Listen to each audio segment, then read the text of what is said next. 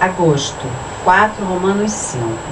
Esse livro de Romanos, a carta de Paulo aos Romanos, é muito difícil de entendimento. Tem que orar muito pedindo a Deus que dê sabedoria e abra nossa mente e nosso coração para compreendermos o que Paulo está falando aqui, o que Deus está falando através de Paulo. Ele está explicando a doutrina da justificação pela fé. Já falei bastante e ele continua. Justificados, pois, mediante a fé, temos paz com Deus por meio de nosso Senhor Yeshua HaMashiach, Jesus Cristo, por intermédio de quem obtivemos igualmente acesso novamente à presença de Deus pela fé. E tivemos acesso a esta graça, que é a paz com Deus, a reconciliação.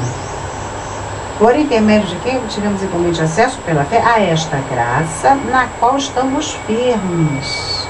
E gloriemo-nos na esperança da glória de Deus, que agora nós podemos ter esperança de ressurreição de um mundo melhor. Porque isso já foi feito. A justificação já foi feita, agora só depende da nossa fé. E não somente isto, mas também nos gloriamos nas próprias tribulações, sabendo que a tribulação produz perseverança, a perseverança, experiência, a experiência, esperança. Porque quanto mais a gente está sofrendo, mais a gente tem que perseverar. A perseverança produz experiência, a pessoa fica experimentada em Deus, não é? Lidar no relacionamento com Deus. E essa experiência produz esperança. Quanto mais você tem experiências com Deus, mais você tem esperança nele, mais você confia nele, mais você espera nele, porque você sabe que ele é fiel. A esperança não engana, porque o amor de Deus foi derramado em nossos corações pelo Espírito Santo, Ruach HaKodesh, que nos foi dado. Quando nós temos fé em Deus, temos fé na obra que ele fez através do Messias, acreditamos no Messias como ungido do Senhor, isso produz em nós, nós recebemos o Espírito Santo. E como nós temos o Espírito Santo, então nós temos esperança e conhecemos o amor de Deus através dessa ação, né, desse ato de justiça. Ora, a esperança não engana, porque o amor de Deus derramado em nossos corações foi pelo Espírito Santo que nos foi dado.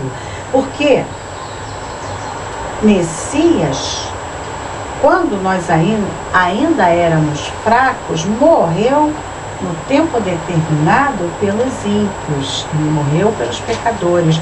Dificilmente alguém morreria por um justo, pode ser até que por um bom alguém se anime a morrer, mas Deus prova o seu amor para conosco pelo fato de ter morrido por nós, o Messias, sendo nós ainda pecadores. Deus não precisa mais provar que Ele te ama. Ele já provou pelo fato do Messias ter morrido por nós, todos, sendo nós ainda pecadores. Logo, muito mais agora, sendo justificados pelo seu sangue, seremos por Ele salvos da ira. Porque se nós, quando inimigos, fomos reconciliados com Deus, mediante a morte de seu Filho, muito mais estando já reconciliados, seremos salvos pela sua vida, porque Ele foi ressuscitado. Se pela morte nós fomos reconciliados, pela vida, então, nem se fala. E não apenas isto, mas também nos gloriamos em Deus por nosso Senhor Jesus Cristo, por intermédio de quem acabamos agora de receber a reconciliação. É assim, para você ter shalom, paz com Deus, você tem que se reconciliar com Ele. Lehashlim. Para se reconciliar, tem que pagar o preço. Alguém tem que pagar esse preço. Leshalem. Então, Jesus pagou o preço, Leshalem, para que nós nos reconciliássemos com Deus, Lehashlim, e tivéssemos shalom, a paz. Paz, shalom, é íntegro, é completo, é não ter mancha nenhuma na consciência, é estar limpinho de mente, como Adão estava no Gan Eden, Jardim do Éden. Portanto, assim como por um só homem entrou o pecado no mundo, e pelo pecado a morte, por Adão, assim também a morte passou a todos os homens, porque todos pecaram, como um gene. Da mesma forma como nós temos o gene carnal, nós recebemos também o gênio espiritual e recebemos os gênios do pecado. Um só homem pecou e todos pecaram, porque todos descendemos dele, todos recebemos esse gênio do pecado. Porque até o regime da Torá havia pecado no mundo, mas o pecado não é levado em conta quando não há Torá. Deus não considera o tempo da ignorância. Mas a Torá faz o quê? Faz a gente ter consciência do pecado. A Torá não anula o pecado, não apaga. Entretanto, reinou a morte desde Adão até Moshe, até Moisés, mesmo sobre aqueles que não pecaram à semelhança da transgressão de Adão, o qual prefigurava aquele que havia de vir, o segundo Adão, o Messias. Todavia, não é assim o dom gratuito como a ofensa. É diferente. A ofensa é diferente da graça, do dom gratuito da graça, do favor imerecido. Porque se pela ofensa de um só homem morreram muitos, muito mais a graça de Deus e o dom pela graça de um só homem, Yeshua HaMashiach, Jesus Cristo, foi abundantemente derramado sobre muitos. O dom, entretanto, não é como no caso em que somente um pecou, porque o julgamento derivou de uma só ofensa para a condenação. Mas a graça transcorre de muitas ofensas para a justificação. O julgamento veio de uma só, porque foi só um homem, Adão. Mas a graça, a misericórdia de Deus, vem de muitas ofensas para a justificação.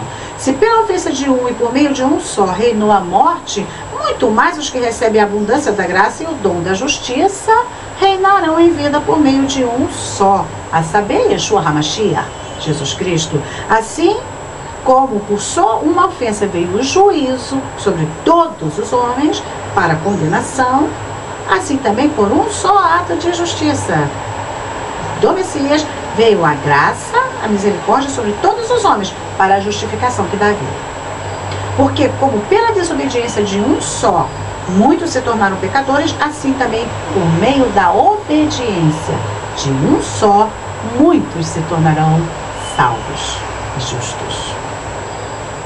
Sobreveio a Torá para que avultasse a ofensa, mas onde abundou o pecado, superabundou a graça. Quer dizer, onde foi grande o pecado, maior ainda foi a misericórdia e a graça de Deus. A fim de que, como o pecado reinou através da morte, assim também reine a graça através da justiça para a vida eterna, mediante Yeshua HaMashiach, nosso Senhor. Aleluia. É difícil, mas você vai entender.